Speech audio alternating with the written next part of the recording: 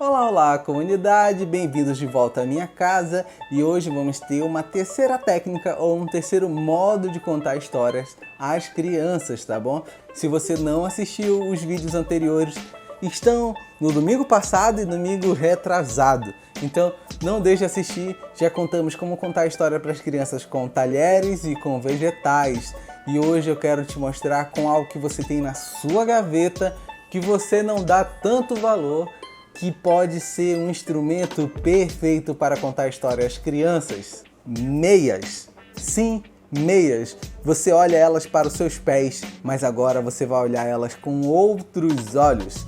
Elas podem se tornar ótimos fantoches. Isso mesmo, fantoche. Você vai colocar a meia na sua mão e torná-las outros seres, outros personagens que vão te ajudar a contar as histórias bíblicas. E mais do que as meias, eu quero te mostrar algumas coisas que precisamos ou podemos incrementar para tornar a nossa contagem de história mais divertida. Tenha canetas coloridas, tá? Pincéis, seja o que for, vão lhe ajudar nesse desenvolvimento aqui. Se você quiser ir mais longe, linha e botões e uma agulha são ótimos para tornar os olhinhos dos seus bonecos. E lógico, a Bíblia, né? Não preciso falar isso duas vezes. Se aqui vamos contar histórias bíblicas, temos que ter uma Bíblia para nos auxiliar. Quando você coloca a meia na mão e ela se torna um personagem, ela é fácil, ela é prática.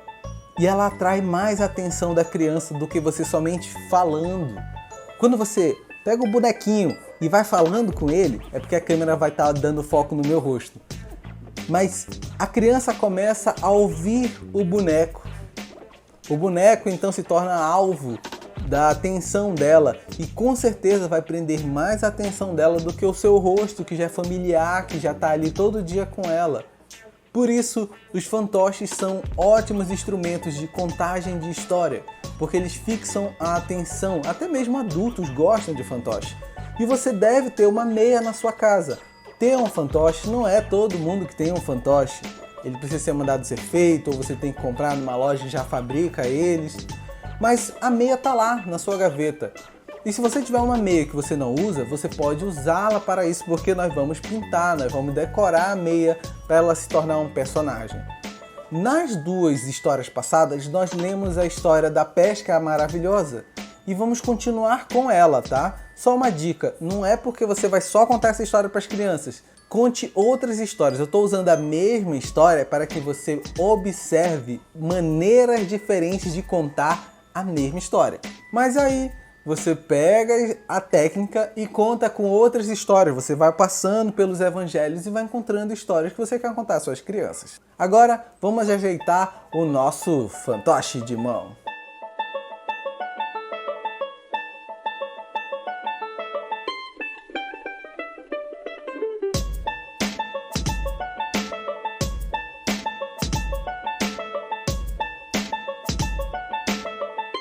Esse aqui vai ser o nosso Jesus, ó. Eu não tinha vermelho, mas eu lembro que toda vez que eu lembro de Jesus, ele tem uma faixinha vermelha, né?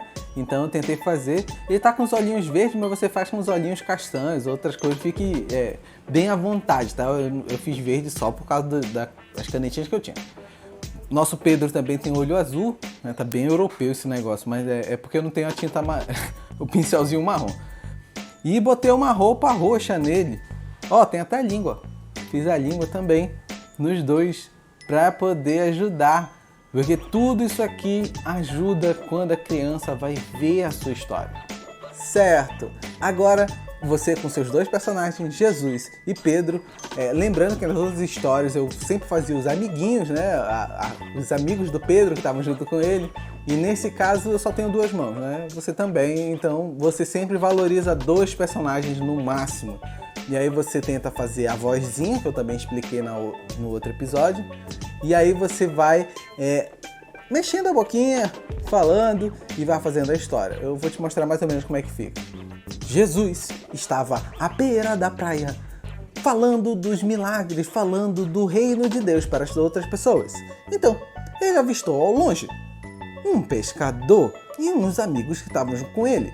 Então, ele se aproximou, entrou no barquinho e pediu para que ele afastasse o barco. Então, o homem olhou estava ali lavando suas redes. Por que não, né? Vou lá. Então, entraram no barquinho juntos e foram para longe. E ele começou a falar, a multidão começava a falar do reino de Deus dali do barquinho. Então ele olhou para Pedro e disse: Pedro, vá para um local bem fundo e jogue as redes para que pesquem. Então Pedro olhou, ele passou a noite toda pescando e não conseguiu nada. E respondeu: Mestre, trabalhamos dura a noite toda e não pegamos nada. Mas por ser o Senhor que nos pede, vou lançar as redes novamente. Então Pedro lançou a rede e, para surpresa dele, quando ele pegou, veio um monte de peixe. Então ele avisou os colegas: Pessoal, vamos pegar aqui, tem muito peixe, meu Deus! Então eles começaram a puxar as redes e veio muito peixe. E Jesus somente ali olhando, e Pedro pegou e se ajoelhou e falou: Por favor, Senhor, afaste de mim, porque sou homem pecador. Então Jesus, observando, falou para ele: Pedro, não se preocupe, a partir de agora você e seus amigos serão pescadores de homens. Meias. Todo mundo tem um par em casa que já não usa. Você pode decorá-las e tornar os seus fantoches de mão para contar histórias. Não deixe contar histórias às suas crianças. Não deixe o isolamento tirar a maior função que você, pai, tem, que é instruir seus filhos a caminharem no caminho de Jesus, a seguirem do ponto A para o ponto B. A responsabilidade é nossa, dos pais. Essas dicas são bem úteis, eu torço que elas venham valer a pena na sua vida. E continue com a programação e semana que vem vamos ter o último episódio. E aí vamos aprender um novo método. E não é o último, mas serão 4 episódios. Então não deixe de assistir, tá bom? Um grande abraço e até mais.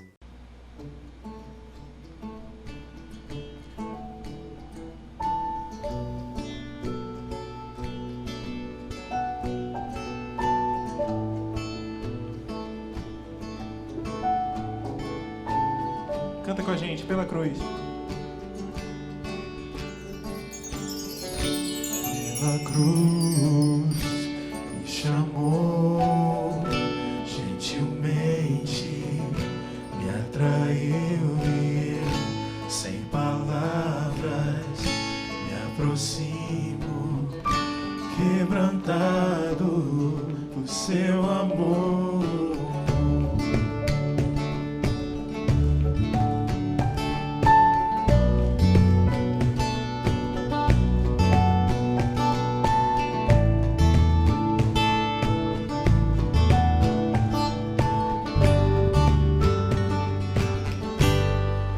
Olho para a cruz eu vou, do seu sofrer participar, sua obra eu vou cantar, meu Salvador, da cruz mostrou o amor do Pai, do justo Deus.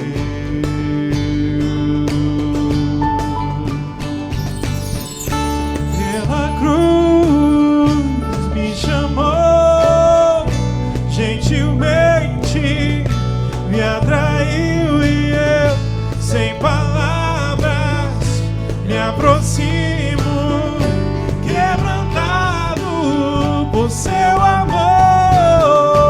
Pela cruz me chamou, gentilmente me atraiu e eu, sem palavras, me aproximo, quebrantado por seu amor.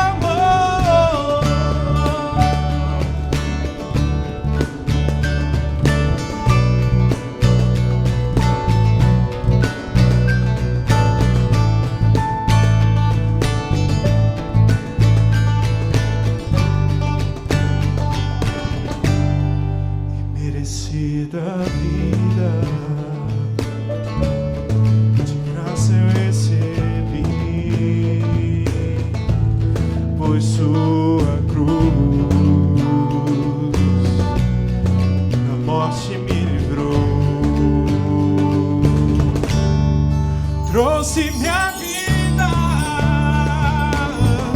eu estava condenado, mas agora pela cruz eu fui reconciliado. Pela cruz me chamou, gentilmente me atraiu e eu, sem palavras, me aproximo, quebrantado por seu amor. Pela cruz me chamou, gentilmente me atraiu e eu, sem palavras, me aproximo, quebrantado por seu amor. Impressionante é o seu amor.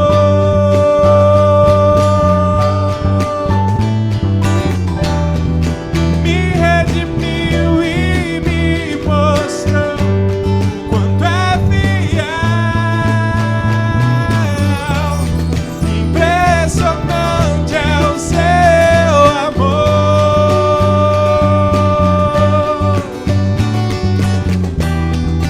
Me redimiu e me mostrou o quanto é fiel. Pela cruz me chamou, gentilmente me atraiu e eu, sem palavras, me aproximo, quebrantado por seu amor. Pela cruz me chamou, gentilmente me atraiu e eu, sem palavras, me aproximo, quebrantado por seu amor.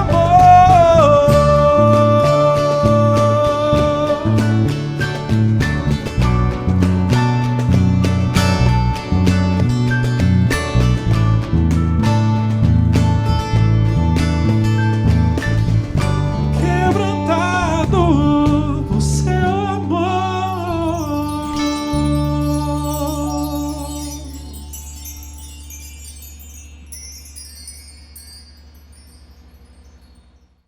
Bom dia, comunidade viva, bom dia a você que nos acompanha aqui no online, né? Mais uma vez a gente se encontra aqui através do YouTube, a gente pode se conectar nessa plataforma, é o que a gente tem para hoje, né? Eu queria muito estar novamente com vocês no teatro ou qualquer outro ambiente que a gente possa se abraçar, tocar as mãos, falar olhando olho no olho. Eu estou sentindo muita falta disso, acredito que você também. Coisas tão simples, né? Mas que tem feito uma enorme falta, pelo menos para mim. Hoje a gente vai conversar um pouquinho sobre generosidade, esse tempo que a gente tem vivido de pandemia, de necessidades ao nosso redor e a gente, na maioria das vezes, de mãos atadas, não podendo fazer muita coisa, mas eu espero que o pouco que temos nas mãos, que a gente possa ser generoso, né? E a gente aprende a ser generoso com o Mestre, a gente aprende a ser generoso com Jesus no seu ministério, quando ele começou, né? Logo no início do seu ministério, que ele começa ali recrutando os seus discípulos, ele tem um sermão bem conhecido, bem famoso, que foi chamado de Sermão do Monte, onde Jesus se senta na montanha, né? E começa a ensinar diversos temas. Ele é bem objetivo em cada um deles, mas ele passa por diversas áreas. Uma das áreas que ele fala, e um tema que ele é bem objetivo, bem sucinto, que os nossos tradutores bíblicos eles colocam como uma regra de ouro: faça ao outro aquilo que você gostaria que fosse feito a você. Isso é uma outra forma de falar sobre o mandamento mais importante. Quando Jesus é interpelado por saduceus e fariseus acerca de qual mandamento é mais importante, ele responde assim: vocês já sabem qual é o mandamento mais importante, que é amarás o seu Deus de todo o seu coração, com toda a sua força, com todo o seu entendimento, com toda a sua alma. E o segundo, não menos importante que esse, é amar ao próximo como a ti mesmo. Então, quando ele fala no Sermão do Monte que a regra de ouro é fazer ao outro aquilo que você gostaria que fosse feito a você, nada mais é do que uma releitura do segundo mandamento, né, do mais importante, como os doutores da lei colocavam, né? Que é amar a Deus sobre todas as coisas e amar ao próximo como a si mesmo. Eu amo ao próximo como a mim mesmo quando eu me vejo nele. Quando nada mais, nada menos eu olho para ele e me vejo na situação dele. Eu tenho empatia, eu me coloco no lugar dele. Ou eu olho para ele e falo, poxa, poderia ser eu ali naquele lugar. Quando Tiago fala da religião verdadeira, e antes de falar de Tiago, é só para pontuar, a regra de ouro está em Mateus 7,12, e essa conversa de Jesus com os sábios da lei, né, com os doutores da lei, está em Mateus 22. Você pode checar logo mais. Então lá em Tiago, quando o Tiago fala sobre a religião verdadeira, ele fala que a religião verdadeira é a assistência à viúva, ao órfão ou ao estrangeiro, nada mais é do que olhar para essas três pessoas, né, essas três figuras e dizer, nossa, poderia ser eu ali no lugar dele. Eu poderia ter sido órfão quando fui criança. Tive a sorte ou tive o privilégio de não ser. Então, olhando para aquela criança órfã, eu poderia estar no lugar dela, poderia ter passado por isso, então vou ajudá-la, porque se fosse eu gostaria que alguém me ajudasse. Ou ainda, quando ele se refere ao estrangeiro, à viúva, eu olhar para aquela condição e dizer, caraca, poderia ter sido eu ali. Ou eu posso estar nessa condição daqui a algum tempo. E aí eu olho para o outro e falo, eu vou ajudá-lo, porque se eu passar por isso, ou se eu passasse por isso, eu gostaria que alguém me ajudasse. Então essa é a dinâmica, é a origem da generosidade. É eu olhar para o outro e me ver nele, na sua necessidade, na sua carência, e pensar, poderia ser eu. Poderia ser eu. Mas para a gente conversar com exemplos e trazer a Bíblia mais exaustivamente para isso, né? Eu quero que você me acompanhe na leitura de Lucas no capítulo 10. E a gente vai justamente ler quando Jesus é interpelado e ele tem a possibilidade de responder sobre isso. Lucas 10, 25 diz o seguinte: certo dia, um especialista da lei se levantou para pôr Jesus à prova com esta pergunta: Mestre, o que preciso fazer para herdar a vida eterna? Jesus responde com outra pergunta. Jesus respondeu: o que diz a lei de Moisés?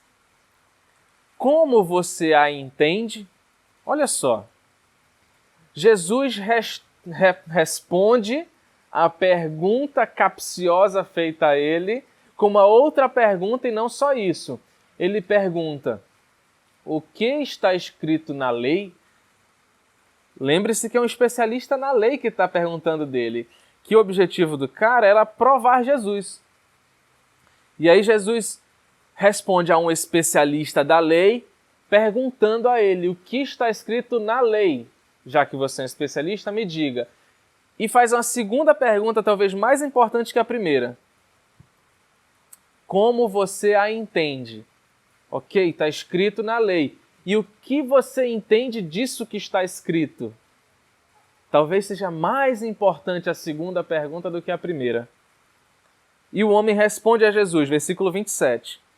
Ame o Senhor seu Deus de todo o seu coração, de toda a sua alma, de toda a sua força e de toda a sua mente, e ame o seu próximo como a si mesmo. Vejam que ele responde só a primeira pergunta de Jesus. Ele não responde a segunda. Ele simplesmente relê o que está escrito e responde a Jesus o que está escrito na lei, e não dá a sua interpretação ou seu entendimento acerca daquilo.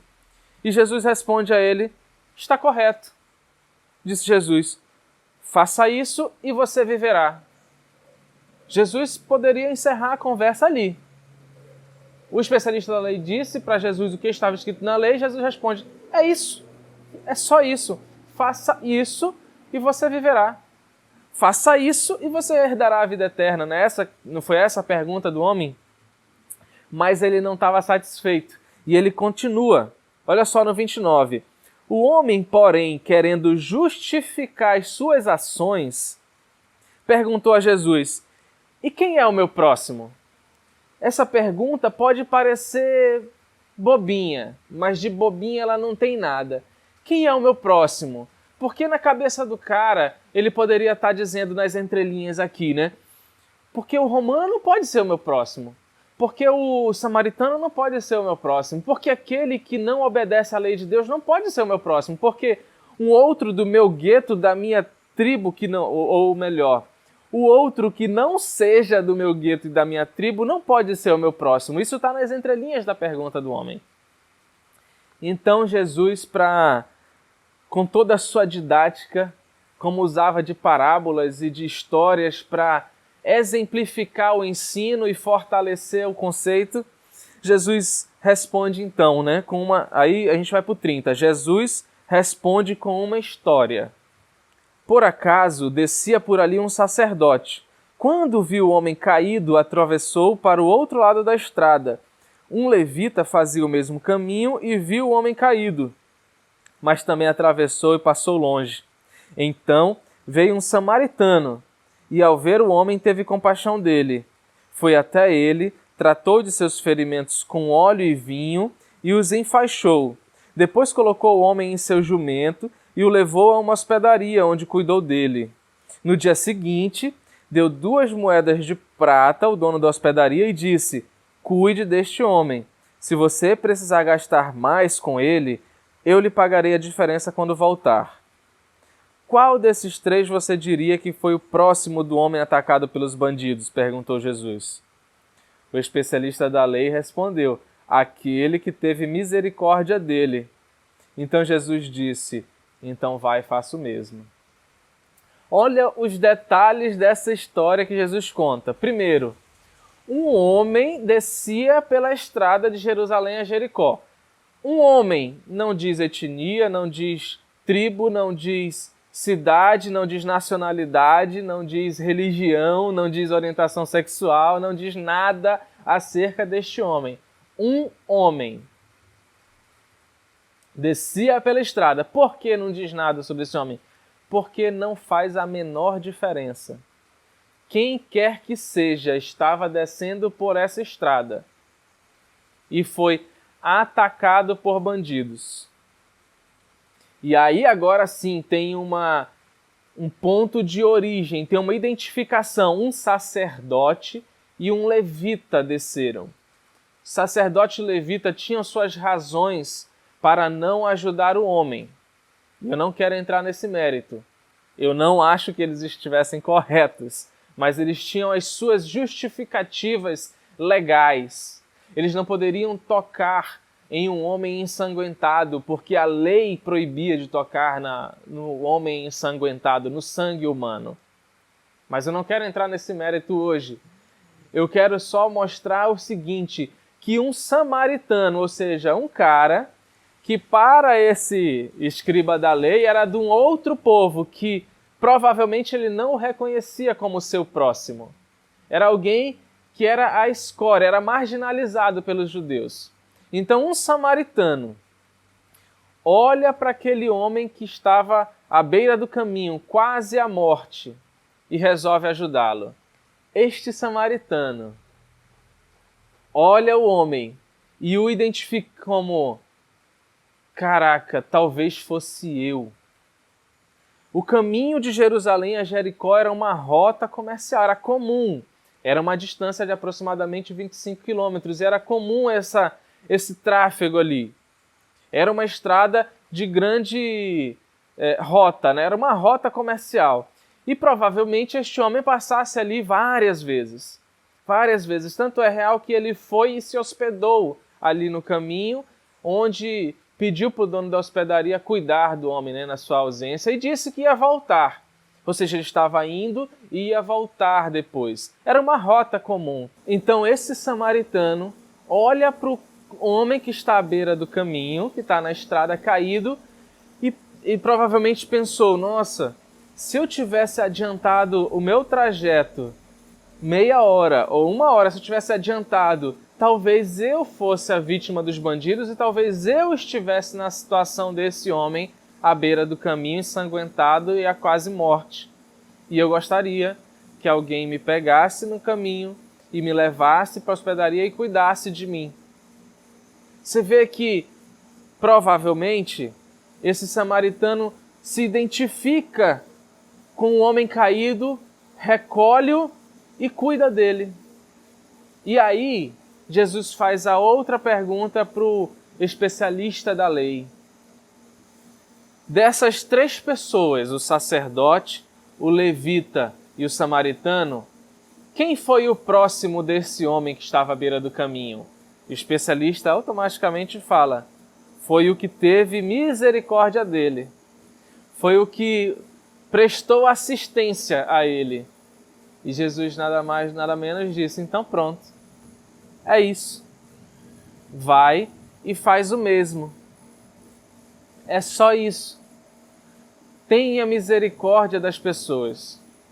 Porque uma característica dos especialistas na lei, dos doutores da lei, é que eles colocavam a lei em um patamar, em um pedestal de muita importância, onde eu não poderia fazer nada que contrariasse a lei, ainda que um outro ou uma pessoa que está próxima a mim estivesse a morrer.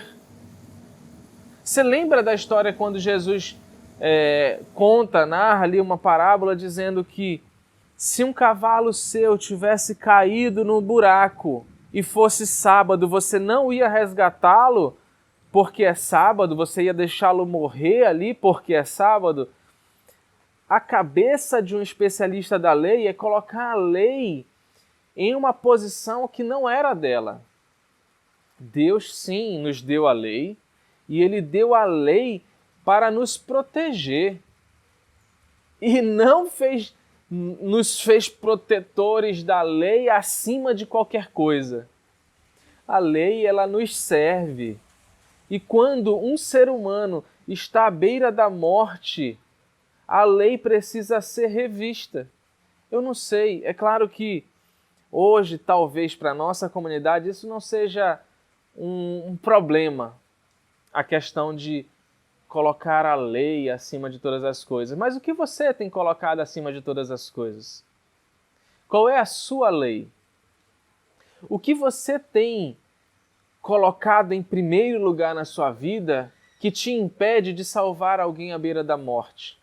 Alguém que está pelo caminho e você atravessa a rua para não servi-lo, para não dar assistência. O que da sua vida hoje está lhe atrapalhando de ter misericórdia para o outro, para o próximo? São seus preconceitos, suas ideias preconcebidas acerca do outro ou acerca de um gueto, de um bairro de Manaus ou de uma população? O que tem te atrapalhado de servir o outro e de ter misericórdia? Quando Jesus foi interpelado acerca do dízimo, por exemplo, ele disse, vocês deviam fazer essas coisas, mas não se esquecer da misericórdia, não se esquecer do outro. Jesus sempre nos ensinou, o outro, a misericórdia, deve estar em primeiro lugar. Deve estar na sua mente e nas suas ações como uma prioridade. Então, meus irmãos, meus amigos, para encerrar hoje, eu quero só encerrar com uma pulga atrás da sua orelha. Primeiro, o que tem te atrapalhado de ser misericordioso? O que tem te atrapalhado de atuar na salvação de vidas, atuar no socorro a vidas que estão necessitadas? Quais têm sido as suas prioridades? Quais são as suas prioridades? Onde o reino de Deus se encaixa no seu dia a dia, na sua vida. E digo mais, o que você tem feito vista grossa? O que você tem olhado e atravessado a rua? Eu espero profundamente que Deus te incomode nesse momento e traga à tua memória, à nossa memória, que eu estou incluído com você nisso, que traga à nossa memória as situações que nós temos atravessado a rua e que a gente possa ter misericórdia, que a gente possa olhar e ver, esse é o próximo que está precisando de mim hoje, agora. Eu vou lá, eu vou levá-lo à hospedaria, no modo figurativo, obviamente. Que Deus nos traga a clara visão de quem é o nosso próximo que está precisando de nós hoje, que está precisando de nós agora, e que a gente possa atuar e que a gente possa servi-lo, socorrê-lo, no nome de Jesus, fazendo aquilo que Jesus faria, atuando como o Mestre nos ensinou e com o princípio que ele deixou.